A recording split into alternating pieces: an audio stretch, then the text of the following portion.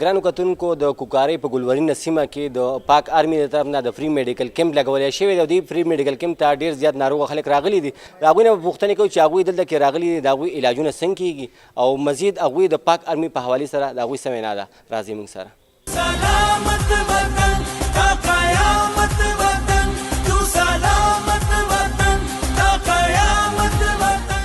نن منګه په دې کلي کې چې کوم پاک آرمي کوم کیمپ لګولی دی د ټولو نه مخکې موږ د میجر صاحب او د دوی د ټول ټیم ډېره شکریه مننه کوو. دا زموږ یو علاقه چې ده یو پسمانده علاقه ده، خلک غریب دی او په دې موږ د دې فری دوايانې هم ورکوي او د ښه پوره تشخیص کې په دې موږ د دې شکریه ادا کوو. اپنډکس اپریشن مې کړی و، د دې باندې لږ بیا دا زخم مې سیو شو، د دې دپاره راغلی وم دلته. ډېر ښه مطمئن مو دغه اوس ما خره په صحیح طریقې سره یې وکتمه، بیا راته دوايانې ولیکلې، دوايانې راله راکړې. بس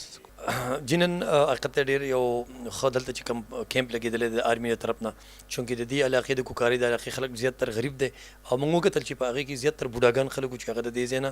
د روډ د خراب روډ په وجه باندې هغه سیدو هسپتال ته هم نشي تللی. نو د پاک آرمي چې کوم کسان دي هغو دلته هر میاشت دویمه میاشت هغو دا وویل چې موږ ورسره په خپله ولاړو، هغو دا وي چې د دې بوډاګانو دپاره خصوصي موږ دا دغه کوو، ولې چې دوی د خپل کور نه هم نشي راوتی. نو دا د دوی په دهلیز باندې موږ دلته طبي امداد چې کم دی د ورکولو کوشش کوو. نو پاک آرمي دا کم دغه چې دی حقیقت چې دا ستاینې وړ دی.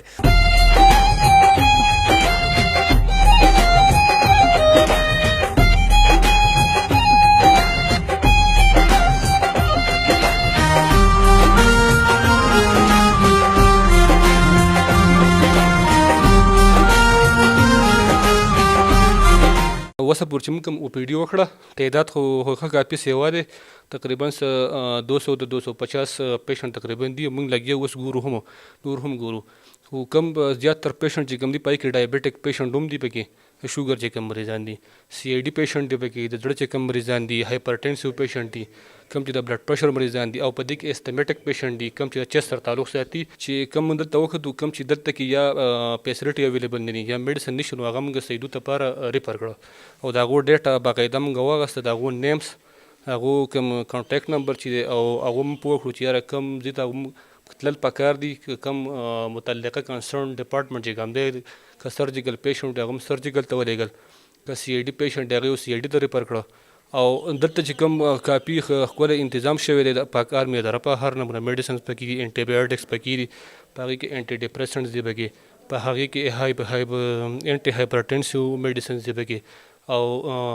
پین کیلرز دي پکې، انالجیسک چې کوم ورته موږ وایو. نور هم داسې ډېر شي میډیسنز دي پکې، هغه اویلیبل دي، ملټي ویټامینز دي پکې، هغې د ورسره سره مینرلز کوم دغه چې کیلشیم سپلیمنټس دي. نو دا میډیسنز چې کافي دلته اویلیبل دي او موږ په کافي مطمئنو د پاک آرمي د کیمپ نه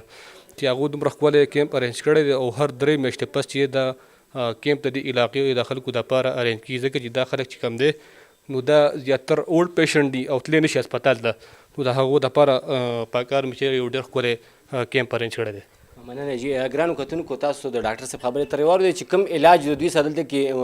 یي ورسره نو هغه علاج خو دوی ورکولی، خو چې کوم علاج دلته کې نه هغه دوی باقاعده سیدو ټیچنګ هسپتال ته هغوی دوی ریفر کوي، هلته کې ځي، هلته بیا مزید نور علاج ولا کوي، د هغوی ډېټا دوی دلته نه لیږي ورته. نو ګرانو کتونکو زه تاسو ته ووایم چې د پاکستان په نوم باندې قربان او د پاکستان د عوامو دپاره د خپل سر نه تیر او نن په تیره باندې د پاکستان د عوامو علاج کول د پاک پوج د عوامو سره د مینې محبت یو واضح ثبوت دی. د صمد انجم، کوکارۍ سوات.